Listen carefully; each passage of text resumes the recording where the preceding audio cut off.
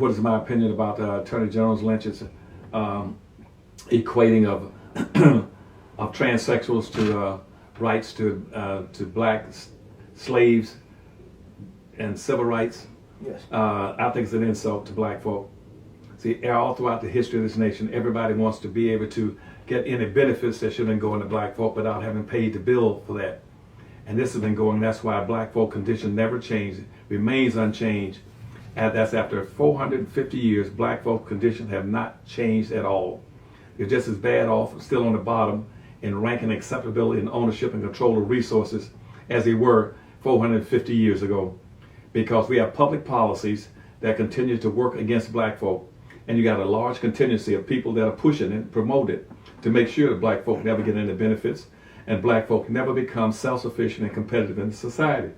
And that goes back to into the 18th century in 1790 with the first immigration laws. Black folk constitutionally were defined as being property, 3/5 of a human being, equal to a field animal, that they could never own anything and control anything, that they ought to be meat for fodder, and that they set up immigration laws saying, asking immigrants from around the world to come to this country in a ranking order, in a descending order of acceptability, on skin color and also on religion and on culture, to come to this country and get benefits for what black folk produce. Black folk were the backbones, the economic engines in this country that was building this country. They were the exceptional. They were the people that doing all the work, the labor. Black people are the ones that picked the cotton, the rice, the indigo. Black people are the ones that built the government businesses. Black people were the people that built the universities. They were the laboring class. And they invited immigrants to come to this country from all around the world. And they came here as freeloaders. It's sort of funny and ironic. You see all these whites on TV bragging about they're from Ireland, they're from Italy, they're from Europe, they're from here, they're from Asia, they're from wherever on this earth. Coming here and want to know how they came here and got ahead of black folk. It's very simple. They came here as freeloaders, because they can take advantage of handicapped black folk in this country. They knew black folk own and control less than 1/2 or 1% of anything of value. That's the first thing. And more importantly, as the best example, is that it's in the land maldistribution.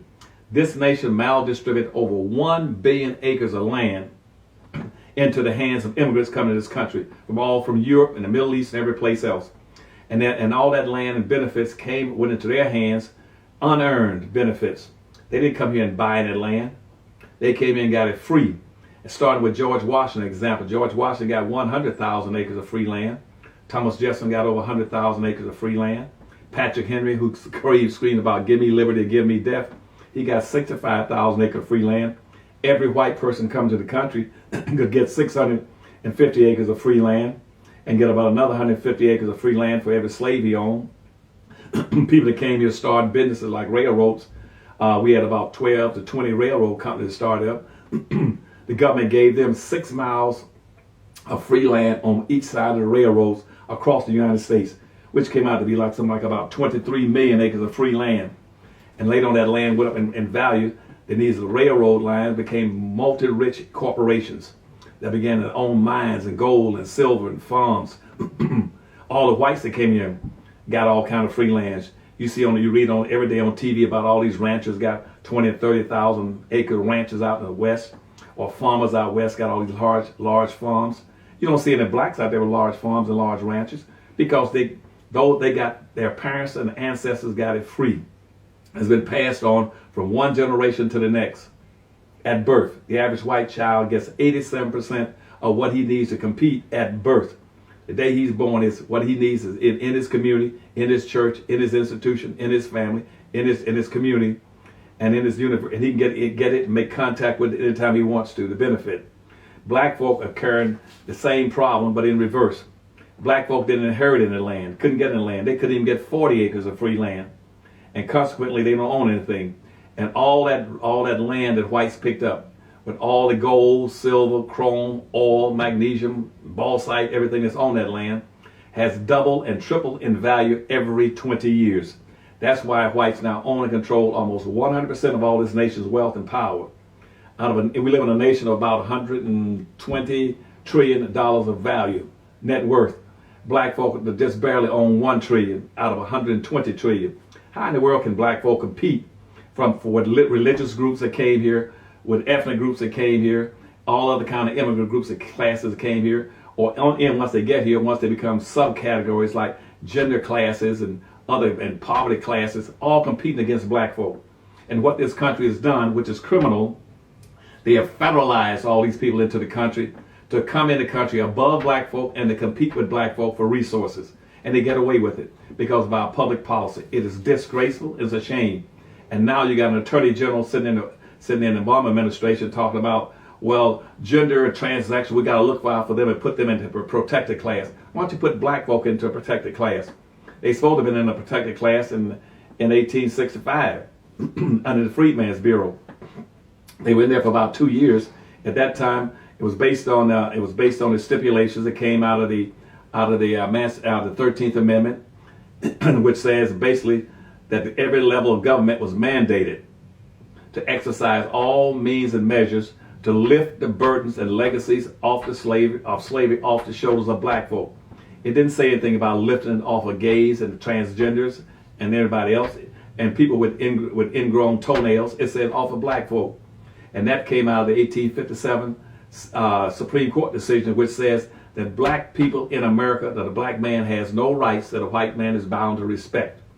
Now, the 1857 Dred Scott decision that says no black man has any rights that a white person is bound to respect, it didn't say anything about genders or about women or about transsexuals or about gays or about Asians or about American Indians, about Arabs or Hispanics. It says the black man. And yet now every time we look at a public policy, rather than correcting the handicapping conditions that have been put on black folk, where they've been denied resources now for 450 years, instead of delivering those resources to the hands of black folk, and through some kind of reparations or affirmative action, they keep broadening and expanding the concept that every time a public policy comes to the table to do something for black folk, they immediately expand it so it includes everybody. And that way black folk get nothing.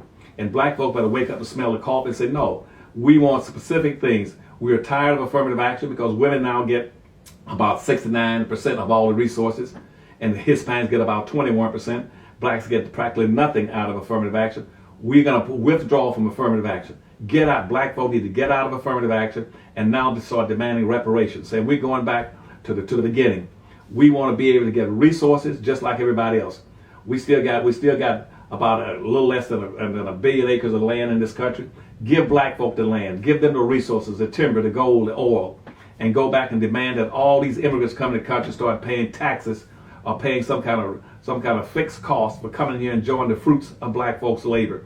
And go back and start questioning all these groups whose ancestors have come here in the last 200 years and got free rides. Every immigrant coming to America who came to America in the last 200 or 300 years, they were freeloaders. They came here under the American dream, which means go to America and get unearned benefits. And what they meant by unearned benefits in the American dream, which means the American dream was meant you go to America, you can get free Indian land and free black labor. And the American dream was 90% black labor and 10% Indian land. And all the whites in America right now have benefited from slavery and gotten over on black folk. And keep in mind that since slavery, all the blacks in America, 99% of all the black people in America right now today, in this 2016 year, 99% of all the black people in America are the direct descendants of slaves, which meant they were here, they were here before 99% of all white people arrived.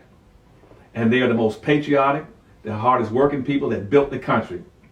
They were the people that developed this nation out of their labor, their sweat, their suffering, their death, and their denial of human resources. And everybody in this country, all these immigrant groups in this country, are entitled to being taxed or charged for somehow benefiting black folk, including American Indians who also were slave holders. Indians get put into a protected class.